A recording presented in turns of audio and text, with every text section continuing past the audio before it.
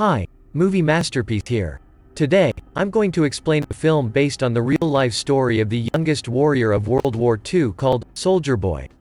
Spoilers ahead. Watch out and take care. The movie begins in Russia where a family of the three sit by the river, enjoying their time. The youngest of them, Sergei Aleshkov, boasts to his elder brother and mother about him being on top of a tree, when suddenly, German fighter jets fly overhead. The mother asks her kids to quickly hide in the bushes, but the 6-year-old claims he is not scared and strikes the jet with a slingshot. To everyone's surprise, he manages to hit the jets and explode them. But when he looks around, his family is gone. Sergei wakes up frightened from the dream and calls for his mother. Just then, someone knocks on his door. Assuming it is his mother, he runs towards it, but a neighbor woman comes in panicking. She thanks God for keeping him alive, and informs him that his mother and brother are dead. The little boy cannot comprehend what she is saying, and wants to stay in the house to wait for his mother. The woman tells him that the Germans have attacked them and that he should run away. Just then, some soldiers approach their house. The woman makes Sergei run out through the window but is shot dead before she can join him. The little 6-year-old is now on his own, with no family and friends. As Sergei runs away from the house, he sees his whole neighborhood burning behind him. He calls for his mother in vain, and runs away from there. After running for a while, he ends up in the middle of the woods. The little kid starts to call for his mother to come and get him, because he is lost. That night, he stays in the jungle. The following morning, we see him drink water from a river, when the enemy soldiers approach his way. Sergei, knowing that they are dangerous, quickly hides inside a tree's roots. He is startled when a snake comes nearby, but doesn't utter a word or run away. Sergei is more scared of the soldiers than of the snake. The soldiers eat by the river and go away, after which Sergei takes their leftover food and devours it for the night. However, by the end of the day, the little boy is exhausted. He hasn't had a proper meal in 2 days and has been walking with no destination. He falls down as he limps but doesn't stop walking. While on his way, he sees wild berries and devours them. But just then, an explosion occurs behind him, taking him by surprise. However, even in such conditions, he stands brave and tells the person he has a rifle and is not scared. He limps forward but falls unconscious after a while. While he is asleep, 2 soldiers approach him. The scene cuts to the Russian army base where Commander Kuznetsov waits for his patrol soldiers. They come in with the little kid who is injured and weak. When the soldiers claim they are on his side, the little boy opens up and introduces himself. The soldiers laugh when the kid shakes his hand with the commander, suggesting he introduce himself too. The soldiers feel affectionate with the little kid, and circle him around. They make him drink water and feed him. Even the otherwise cold commander takes care of the kid. A nurse named Katya dresses Sergei's wounds, and is charmed by his personality too. The kid asks her to draw a tank on his wounds, because he wants to be a soldier when he grows up. Even the injured soldiers talk to the kid, and feel lighter. Sergei is fascinated with the commander's gun and his badge. The commander too answers all the little boy's questions and lets him play with his honorary pistol after taking the bullets out. Sergei shows him the tank drawn on his stomach, and boasts about being a soldier himself. The boy is healing very quickly. The nurse Katya asks the commander to let the boy stay with the battalion, but he disagrees, claiming that it won't be safe. He wants to send Sergei to an orphanage. The soldiers spend all their free time with Sergei. He is visited by many throughout the day. They bring him food sent by their families from afar, and even let him play with their binoculars. One day, a soldier goes to the commander to ask him to let the boy stay with the battalion. The soldiers have grown a close connection with the kid, and think of him as their own. His presence takes the weight of war off their chest.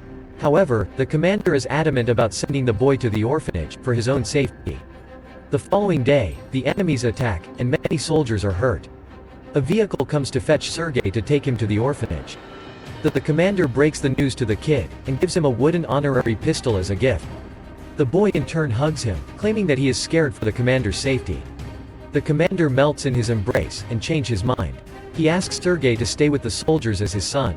That night, the soldiers look for little soldier clothes for the little boy. They are over the moon to have Sergei stay with them. The commander wakes Sergei up and gives him the clothes. He wears them and runs around, looking like a real soldier. The others start calling him their little soldier boy. As the kid runs around, the Germans launch an air attack on the battalion.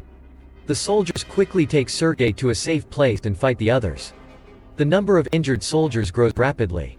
Sergei wants to make himself useful, so he brings water to thirsty soldiers. One of them asks him to read a letter sent by his family because he has a bandage over his eyes. The little boy wants to help, but doesn't know how to read. He takes the letter and starts making up the things written on it, claiming that the soldier's cow is safe back home. When the soldier says he doesn't have a cow, the others tell him to go along with the story and laugh.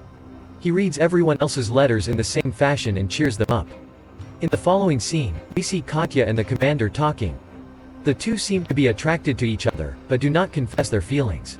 Later, Sergei tells the commander that he is of the orderly position in the battalion and starts introducing himself as one. However, the boy then sees one of the soldiers stationed destroyed from the attack.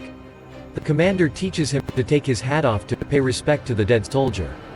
The next day, he insists the commander give him a mission and is given a task to distribute the letters among the soldiers. He completes his task efficiently and even makes the soldiers dance for him. The following day, Sergei goes a little far from the base with his binoculars. As he is playing with it, he sees someone's leg moving from inside a haystack. He rushes back to the battalion and tells the soldiers about his findings. The soldiers are skeptical, but go with the boy anyway. When they reach near the haystack, they are alerted to see two German spies hiding underneath. The spies are arrested, and the kid is praised for his intelligence. That night, the commander shows Sergei the legal papers for his adoption. He is now officially the kid's father. Sergei knows of the commander's feelings for Katya, so, to repay his kindness, he takes him to confess to her. But the two see her talking to a different man, and wrongfully assume she is interested in someone else. The base is attacked by the Germans again. This time, Sergei helps the soldiers with all his might, by supplying ammunition to the soldiers in the front line, but the soldiers there command him to go back to the shed because it is too dangerous outside. When he comes to the shed, he sees the commander and others panicking because the phone's connection with the colonel is lost. A soldier is sent to fix the broken wires. Sergei follows the soldier and sees he has been fatally wounded. He asks the dying soldier how he can fix the wires, and does it himself. The connection comes back and more troops are called. The 6-year-old saves everyone's life. Later, we see the commander and Katya talking by the river. The commander finally confesses his love for her and asks her to be Sergei's mother. Katya is over the moon, but before she can say anything, a soldier approaches them and gives the commander a letter, saying they have been dispatched from the base. The following day, all the soldiers leave for their new base along with Sergei. However, on their way, they come across a minefield that blows off some of their vehicles. The commander is hurt while the group's orderly, who Sergei was close with, dies in the explosion. He cries and hugs the commander. They carry the injured ones with them and continue their journey to their new base. When they finally reach the other base, they meet the commander's leader, the general. He too is impressed by the kid's ambition, and congratulates the commander for having such a smart kid. The following day, their division is awarded a guards banner, and so is the boy. He promises to save his country when the general gives him his badge. One night, their base is attacked brutally, and the commander is trapped under the ruins. Sergei cries for his father and tries to save him. He calls the other soldiers, who finally brings the commander out. The next day, Sergei approaches an injured commander. His hands were hurt while trying to save the commander. The kid is now an inseparable part of the team. He doesn't have a family beside them, and moves wherever they go in the war. The movie ends as the regiment is seen moving to another base. A voice in the background narrates that he even took part in the Stalingrad battle, and reached Poland with the soldiers.